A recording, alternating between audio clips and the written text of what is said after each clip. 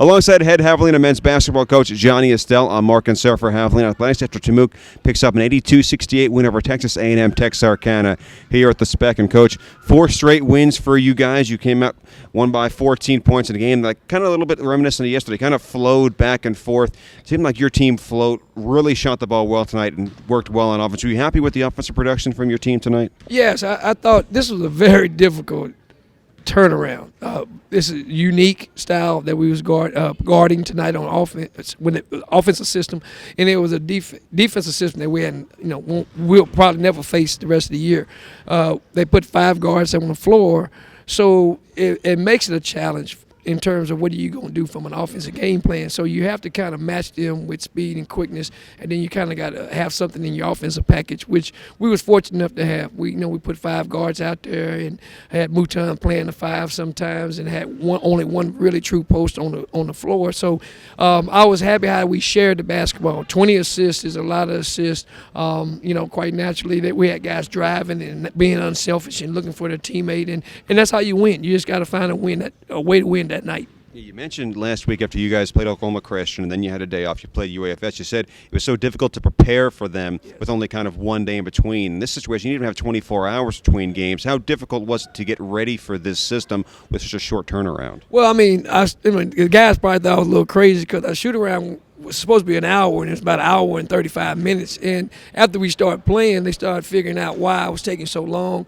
in terms of trying to walk through every scenario with them. But it's every if you get in a tournament and you're going to be playing 3 different teams, you're going to have the same scenario. So that's what these tournaments early serve. That's the purpose they serve. You got to prepare for the tournament and conference tournament. So now when we get there, we've had 2 back-to-back preps, which was up there in Boise, Idaho, and at home. So we should be used to that by now.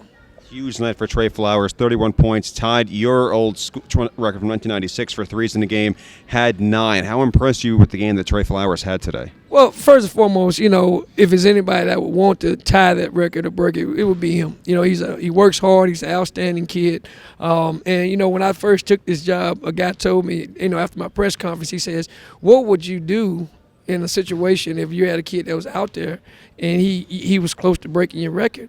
And I laughed and I joked. And I said, "Well, I probably would take him out." And I was joking at the end, but I would love to see somebody do it. For 23 years, that record is stayed. He was 9 for 15 and I was 9 for 13, which is the only difference.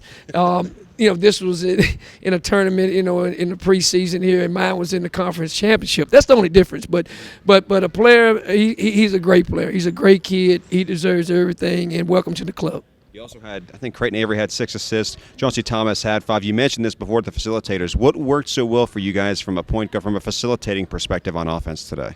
It's just understanding what we had to do and who they were and their identity, and that's why. And I think I told you that yesterday. Is as a player, when you're on a team that's as deep and talented as we are, and you got to know where your talents fit in, and from a chemistry standpoint. And some teams never get there, but this team is getting there. So the guys that aren't great from the outside shooting, they start driving, and then when people start taking the drive away, they start kicking the guys that can shoot. So they complement each other well.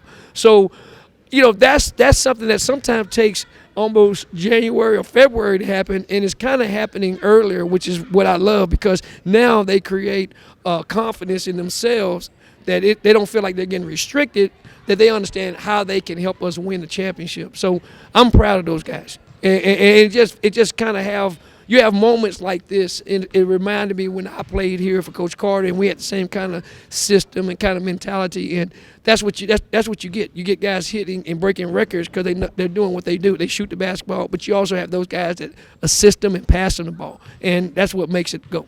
You have a couple weeks out before you guys go play international on December 14th. How important was it for your team to hit this break on a streak of wins, kind of taking this good momentum with them? Well, we got some guys with some nicks and bruises there. Chase Bridge doing a great job keeping these guys together, but we need to get them rested over that time. So we're going to give them a few days off, kind of get their legs under, maybe do a little lifting, get it prepared for study hall, more extensive study halls, getting ready for finals. But, get away from it a little bit. They need to get away from us a little bit and kind of detox a little bit, but then we'll hit it back a little bit later in the week. But, rest and recovery is big, especially, with some guys that, we got a lot of upperclassmen that need to get healed. But, the mindset needs to be staying on winning and getting sharper. And our next opponent, which is Texas A&M International. All right, well, Coach, thanks for the time. Congrats on the win. Go enjoy it. Hey, thanks a lot, Mark.